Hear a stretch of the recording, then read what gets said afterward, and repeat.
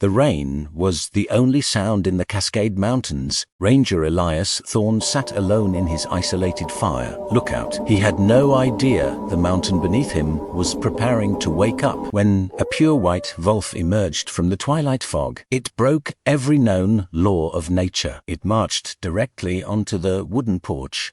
He thought the wild animal was rabid. Thorne desperately fought back with a broken broom.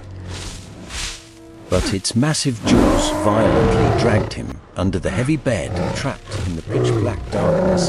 He waited for the bite. Instead, the ground began to vibrate.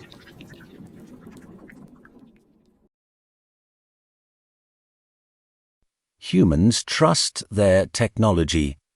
We place our absolute faith in machines. We have mapped every corner of the wild, catalogued every species, and believe we understand the rules of nature.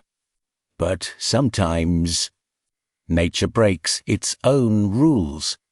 For 15 years, Elias Thorne was the trusted sentinel of Basalt Peak, a seasoned forest ranger. He was a man of cold, hard data. He trusted his radio, his monitors, and his daily logbook. He believed that if a fire was coming, technology would tell him first. His routine was precise: record temperature, track humidity, and watch for smoke. He lived within a predictable bubble of standard operational procedures. To Elias, the wild was an equation that had already been solved. But local legends whispered a different story. Long before the first watchtower was built, the indigenous people spoke of the Silver Phantom, a massive pure white wolf that defied all biological understanding. They said it didn't appear for a hunt. It appeared for a warning. To understand the actions of the Silver Phantom, we must look at the canine sensory apparatus. A wolf's rhinarium is a biological marvel, tuned to detect microscopic changes in iron concentration. While Elias Thorne relied on silicon and software, the wolf was reading the very chemistry of the atmosphere. A massive crown fire creates its own weather system, emitting ultra-low-frequency infrasound long before the flames are visible. These waves, operating below 20 Hz, travel for miles, vibrating through the earth and air. The human ear is deaf to this frequency, but to a wolf it is a deafening, physical roar of warning. Thorne's monitors were calibrated for smoke and heat indicators that appear only when it's already too late. The primary sensors of the wild, however, react to the barometric drop that precedes the firestorm. By the time Elias noticed the first wisp of smoke, the wolf had already been in survival mode for over an hour. The air itself turns electric. Static charges build up on every leaf and needle. It's a sensory field that modern humanity has lost, a language of survival we traded for the convenience of screens. The Silver Phantom didn't possess magic. It possessed facts that science is only now beginning to document. In the final hour, the forest went silent. Nature's choir, the birds, the insects simply vanished. They had received the signal and fled. Elias Thorne was now the only living being on the mountain who didn't know he was standing in a giant tinderbox. Then came the ash. Not the thick soot of a nearby fire, but the fine, grey snow of a distant crown fire moving at 60 miles per hour. It was the calling card of an apocalypse. Thorne finally looked up from his monitors, but his technological lead had evaporated. It was no standard forest fire. A crown fire, fueled by hurricane-force winds created by its own intense heat, was consuming thousands of ancient Douglas firs every minute. It was a howling monster, a force of nature that technology had no answer for. Elias finally moved, abandoning his post, but he knew his chance of escape was already gone. His instruments were spitting gibberish. His sense of control had evaporated like water on hot basalt. He was alone in the path of the beast. Then he heard it, the heavy thud of paws on the wooden porch. Through the window, In the glow of the distant apocalypse, he saw the silver phantom again. This time, it wasn't waiting for a sign. It was demanding entry. It broke every known profile of canine behavior. Apex predators seek escape, not confinement. It was an anomaly that baffled Elias Thorne, a veteran of forest wildlife.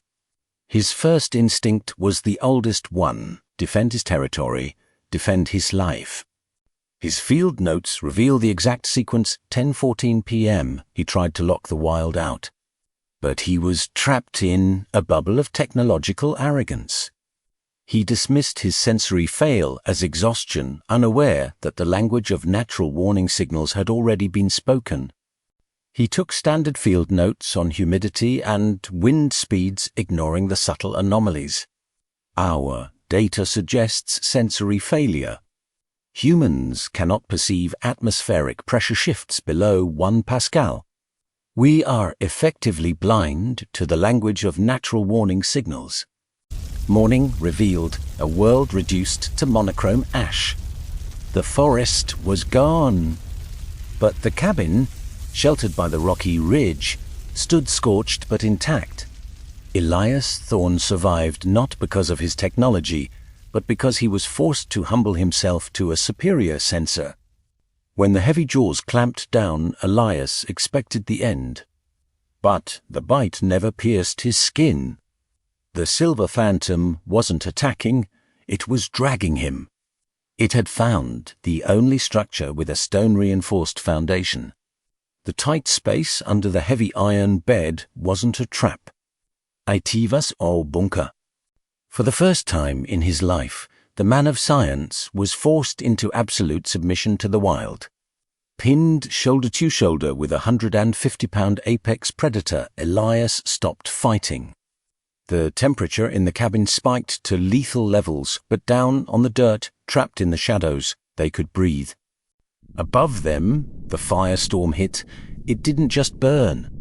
It consumed the oxygen, creating a vacuum that tore the roof off the cabin. The floorboards above their heads glowed a violent, terrifying orange. The heat was suffocating, turning their small space into an oven. Cinematic close-up of Elias Thorne, rugged ranger, dense grey beard. Dirty green uniform lying under the bed, covering his ears tightly with soot-stained hands in absolute agony. The vibrations of the firestorm are visible in the violently shaking dust around him. The massive pure white wolf lies next to him, panting heavily. Intense heat distortion, dramatic moody lighting. Then the roar died, the vibrations stopped. Elias Thorne opened his eyes to a suffocating, heavy silence that was worse than the noise. The heat had broken, replaced by a strange, cool stillness. They had outlasted the beast. Pushing his way out from under the iron bed frame, Elias looked at the remains of his world. The roof was gone. His beloved monitors were melted plastic. His logbook was ash. He had planned for every variable that science could quantify, but he had never calibrated for a phantom. Morning revealed a world reduced to monochrome grey. The once vibrant Cascade forest was a graveyard of scorched basalt and ancient ash. The cabin, sheltered by its stone foundation and the rocky ridge, stood scorched but intact. He was alive, not because of his technology, but because he was forced to humble himself to a superior sensor. The silver phantom didn't wait for thanks or farewell. Its purpose was complete. As Thorne emerged into the ruin, the wolf simply shook the ash from its thick white fur and walked back into the swirling mist of the burning mountain. It left no tracks in the hot grey dust, a ghost returning to the silence. Elias Thorne never returned to a fire lookout. Our files indicate he spent the rest of his life advocating for natural intuition. He taught a generation to listen to the silent languages. Because we can map the world and build the machines. But we must never forget that those who walk the earth barefoot always hear the warning first.